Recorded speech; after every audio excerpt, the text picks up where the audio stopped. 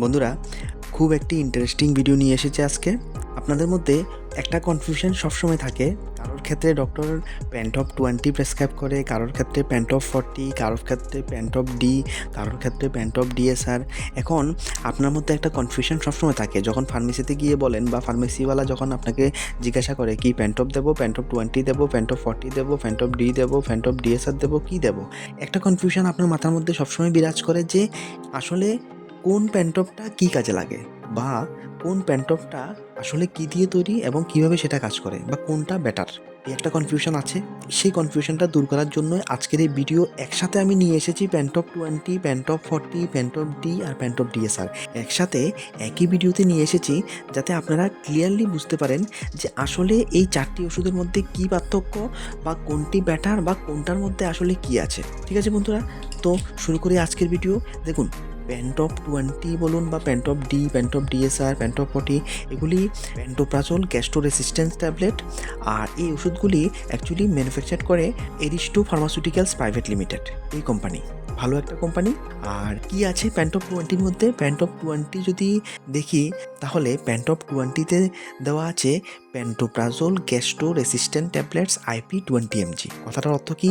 এই যে pantoprazole gastro resistant tablet বলা হয়েছে, গ্যাস্ট্রো রেসিস্ট্যান্ট ট্যাবলেটটা কি? গ্যাস্ট্রো রেসিস্ট্যান্ট ট্যাবলেট হচ্ছে গিয়ে এই ওষুধটাকে এভাবে ডিজাইন করা হয়েছে, বা ট্যাবলেটটাকে এভাবে কোটিং করা হয়েছে, যাতে এটা যে গ্যাস্ট্রিক অ্যাসিড আছে, সেই গ্যাস্ট্রিক অ্যাসিডের মধ্যে যাতে এটা রিলিজ না হয়, এটা যাতে ইন্টেস্টাইনে গিয়ে পৌঁছায় এবং ইন্টেস্টাইনের মধ্যে ম্যাক্সিমাম অ্যামাউন্টটা যাতে অ্যাবজর্পশন হয়, তাহলে এটার এফেক্টটা ভালো পাওয়া যাবে। এই জন্য এভাবে এটাকেই ডিজাইন করা হয়েছে, যাতে এটা গ্যাস্ট্রিক অ্যাসিডের মধ্যে রিলিজ না হয়।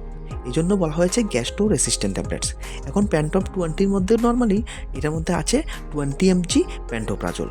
ঠিক আছে, তো নর্মালি যাদের এইজ কম বা যাদের সমস্যা কম, তাদের জন্যই এই ওষুধটা ডক্টর প্রেসক্রাইব করে, বা আপনি বলতে পারেন চিলড্রেন, যাদের বয়স কম, তাদের ক্ষেত্রে এই ওষুধটা ম্যাক্সিমাম ডক্টর প্রেসক্রাইব করে। ঠিক আছে, এখন যদি প্যান্টপ 40 নিয়ে কথা বলি, এটা একটা অ্যাডাল্ট ওষুধ বা অ্যাডাল্ট ডোজ।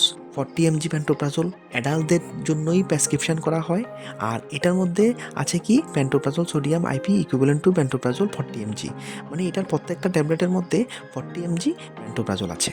ঠিক আছে, মানে প্যান্টপ 20 আর প্যান্টপ 40-র মধ্যে তেমন কোনো ফারাক নেই, same pantoprazole gastro resistant tablet. Pantop 20-তে আছে 20 mg প্যান্টোপ্রাজোল, আর এটার মধ্যে আছে 40 mg প্যান্টোপ্রাজোল। যেটা প্যান্টপ 20 সেটা চাইল্ডের ক্ষেত্রে প্রেসক্রাইব করা হয়, বা বড়দের মধ্যে যাদের সমস্যা খুবই কম, খুবই মাইনর সমস্যা, তাদের ক্ষেত্রে এটা প্রেসক্রাইব করা হয়। এখন চলে আসি প্যান্টপ ডিতে। প্যান্টপ ডিতে লেখা আছে pantoprazole and domperidone capsule. Each hard gelatin capsules contain pantoprazole sodium IP equivalent to pantoprazole 20 mg in the form of gastro resistant tablet domperidone IP 10 mg। মানে কি, এখানে 20 mg প্যান্টোপ্রাজোল ইউজ করা হয়েছে, সঙ্গে এক্সট্রা একটা উপাদান ডমপেরিডন অ্যাড করা হয়েছে। এখানে যে 20 mg প্যান্টোপ্রাজোল আছে, সেটা কিন্তু সেম আগের মতো গ্যাস্ট্রো রেসিস্ট্যান্ট ট্যাবলেট, আর ডমপেরিডনটা নর্মালি অ্যাড করা হয়েছে। ঠিক আছে, আর তেমন কোনো পার্থক্য নেই।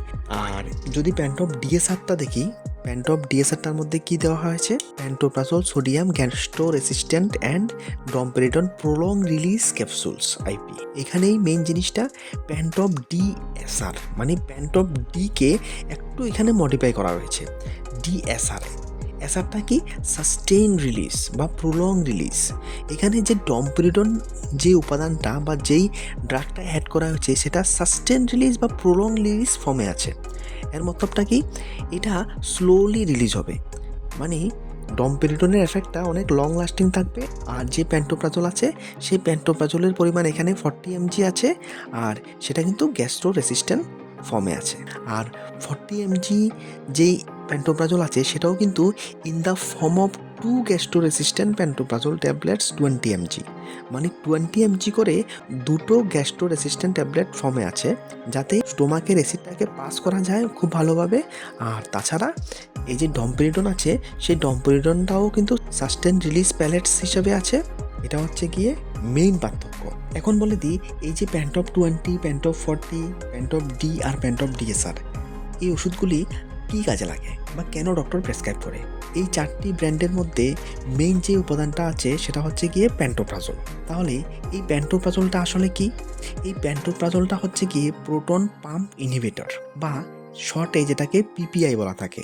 এটা আমাদের স্টোমাকের মধ্যে অতিরিক্ত অ্যাসিড ক্ষরণটাকে আটকায় বা অতিরিক্ত অ্যাসিড ক্ষরণ হতে দেয় না। এই জন্য এই ওষুধগুলি ব্যবহৃত হয় মেনলি অ্যাসিডিটি বা অ্যাসিড রিফ্লাক্স বা হার্টবার্ন বা পেপটিক আলসার এসব সমস্যায়, বা নর্মালি বাংলা ভাষা আমরা যেটা বলি গ্যাসের ওষুধ। এগুলি হচ্ছে গিয়ে গ্যাসের ওষুধ। যদি ডোসেজ সম্পর্কে বলি, ডোসেজটা হচ্ছে গিয়ে কমনলি ডক্টর যেটা প্রেসক্রাইব করে সেটা হচ্ছে গিয়ে 1 ক্যাপসুল বা 1 ট্যাবলেট বিফোর ব্রেকফাস্ট, বা সকালে খালি পেটে নিতে হয় একটা ট্যাবলেট বা একটা ক্যাপসুল ডেইলি একবার। বন্ধুরা, যদি স্টোরেজ কন্ডিশন সম্পর্কে বলি, তাহলে এই ওষুধগুলি স্টোর করতে হলে এগুলিকে ময়শ্চার থেকে দূরে রাখবেন বা প্রোটেক্ট করে রাখবেন, আর 25 ডিগ্রি টেম্পারেচারের বেশি টেম্পারেচারে স্টোর করবেন না। ঠিক আছে বন্ধুরা, এই ভিডিওতে অতটুকুই। ইনফরমেশানগুলি ভালো লাগলে ভিডিওটিকে একটি লাইক অবশ্যই দেবেন, আর চ্যানেল অবশ্যই সাবস্ক্রাইব করবেন। ভিডিওটি দেখার জন্য অসংখ্য ধন্যবাদ।